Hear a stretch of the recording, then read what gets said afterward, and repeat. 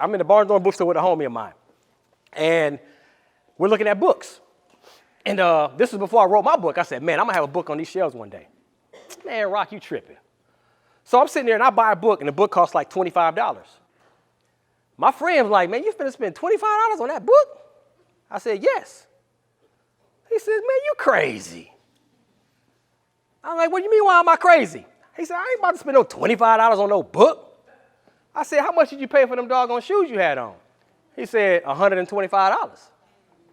I said, can you imagine what could happen if you invest into you properly? I love Jordans. I love sneakers. I'm a sneakerhead. I love it. But I had to learn that that's a want, not a need.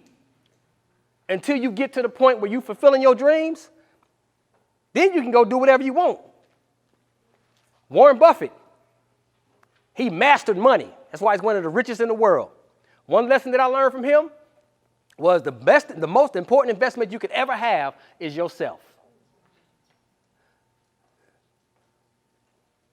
I'm going to say this, and I'm going to leave y'all with this, and y'all can ask some questions or whatever. If you ever get to the point where you think you don't have money to start your business or to apply to anything that you're trying to apply your craft in, here's a formula. It's in my book, too. This is in my book. Here's a formula.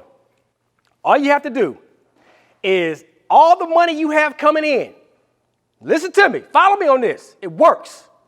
All the money you have, your income, all the money you have coming from your job, side gig, whatever, take 10% of that and you go open yourself a savings account. Now, if you already have a savings account, you put it in there. Now, make sure this particular savings account, you can't touch it. So you got to go to your bank, go to your credit union, wherever your savings account is, and say, I don't want to be able to get into this until whatever. Put a time stamp on it. It could be a year. It could be 6 months, whatever. Don't touch it. 10%. Now, when you get that urge to buy something, that's a want. That's not a need. So that purse you saw at Marshall's, it's only $50. This is regular $250 at Macy's. I'm getting it for $50 at Marshall's. Shoot, I'm saving. No, you not. You still spending money. You was going to spend that $50 anyways on that purse, right? Follow me here. Take that same $50. This is where discipline and accountability comes in. Take that same $50, put it in that savings account. You was going to spend it anyways on the purse. Now you're spending it on yourself in that savings account. Now, here comes excuse number one. Well, dang, if I'm putting 10% over here and I'm putting all this other extra money over there, how am I going to pay my bills? I'm already struggling. I'm in this rat race. I'm struggling paying my bills anyways. I can't take no money out of this. See, the rich stay rich because they pay themselves first. The poor stay poor because they pay themselves last. Keep paying yourself last if you want to. So let me tell you how to get around to paying the bills part. You got to swallow your pride. You better call that bill collector. Call the creditors. You ain't telling them that you ain't paying them. You just saying, hey, I need payment arrangements. I just need to stretch this out a little bit. So if my car note is $300 this month, I'm going to give you $200.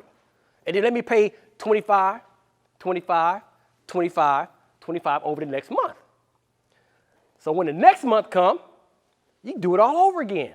It's all right. Man, I perfected that. I became best friends with everybody that I owed money to.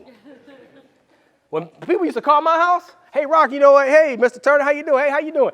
It became almost like we was homies.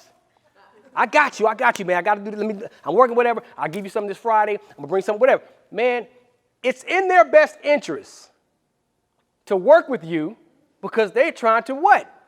Get money from you. You got to pay them back. It's in their best interest. So don't be afraid. And swallow your pride. It's all good. We all go through it. But in the meantime, what's happening is you're building this nest egg over here. Now keep in mind, this is a marathon. It's not a sprint. You ain't going to have $1 million over there in a year. That's another thing we do. Oh, man, I've been saving. I done saved $2,000. Oh, man, that ain't nothing. And then they going to spend it. You just saved $2,000.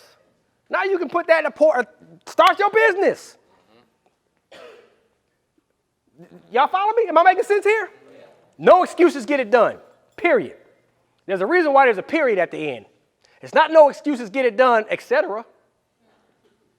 Period.